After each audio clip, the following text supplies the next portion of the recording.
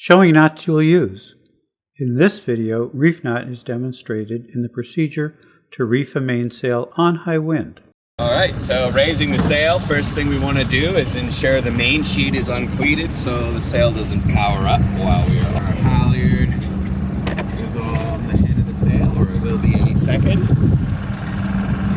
Yeah. And since we're on the mooring here, we can kind of cheat. We know we're going to reef 2. We can crank on the reef 2 line before we even start hoisting the halyard. Reef 2, clutch tweak for reef 2, and crank on reef 2 nice and tight before we even crank on our halyard. And then we'll close the clutch tweak. And we are going to raise our halyard.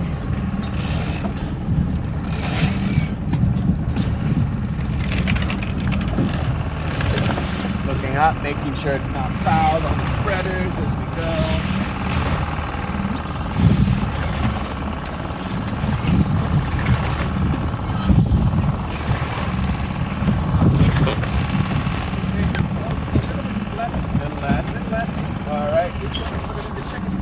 Because you're stopping it at the second cringle? Yep.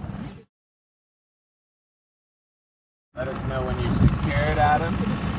Alright, I'll crank it up to the final last bit. Close the clutch tweak.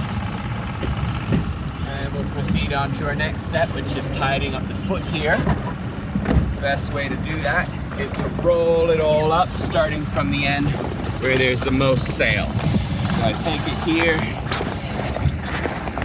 and I try and roll it, keeping it nice and tight, ensuring that I don't roll away my reefing pennants, and ensuring that I leave the correct reefing pennants out. Now it's nice and tight here. I'll keep it tight.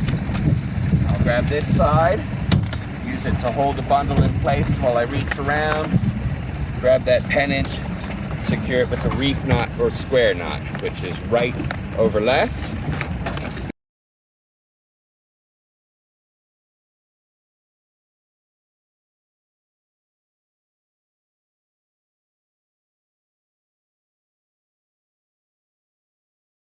And then the end of my left hand goes over the right and pulls through.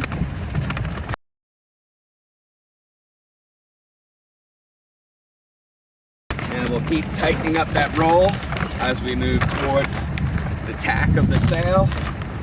Grab my next pennant, reach around and through, and same knot again. Left over right. Right over left. Doesn't matter which end you start with, as long as you reverse the order. Right now we see our mains powered up a little bit, so we'll just pull through a little bit of main sheet so we don't do donuts on our mooring. And we'll keep tidying it up here. Tucking all this sail in nice and tight. It's a little trickier here because there's nowhere for it to go. So you just kind of have to manhandle it a bit more. And of course these reefing pennants are just going around the sail and not around the sail and the boom. The reason for that is if the wind dies and you like to shake out your reef, tear the sail.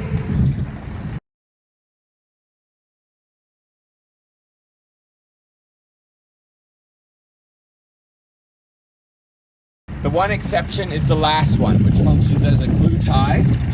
Normally it likes to fall out. So we just look in this lazarette here and we find a spare glue tie.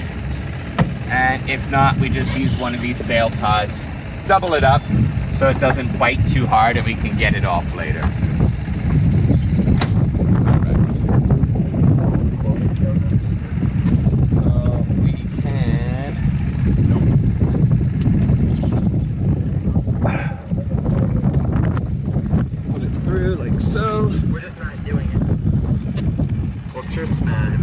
And make sure you go above the main sheet. That's a mistake a lot of people make.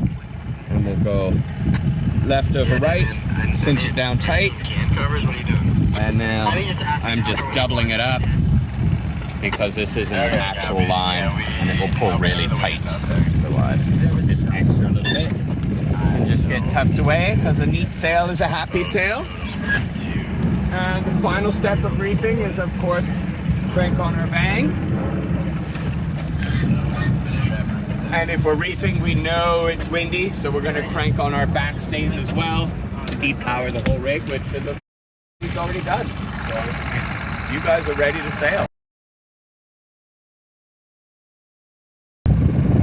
Okay, so then we've got reef 2 and sail tie through the second kringle, and here's the reef line at the end of the boom, and we'll see what it looks like on the other side soon enough.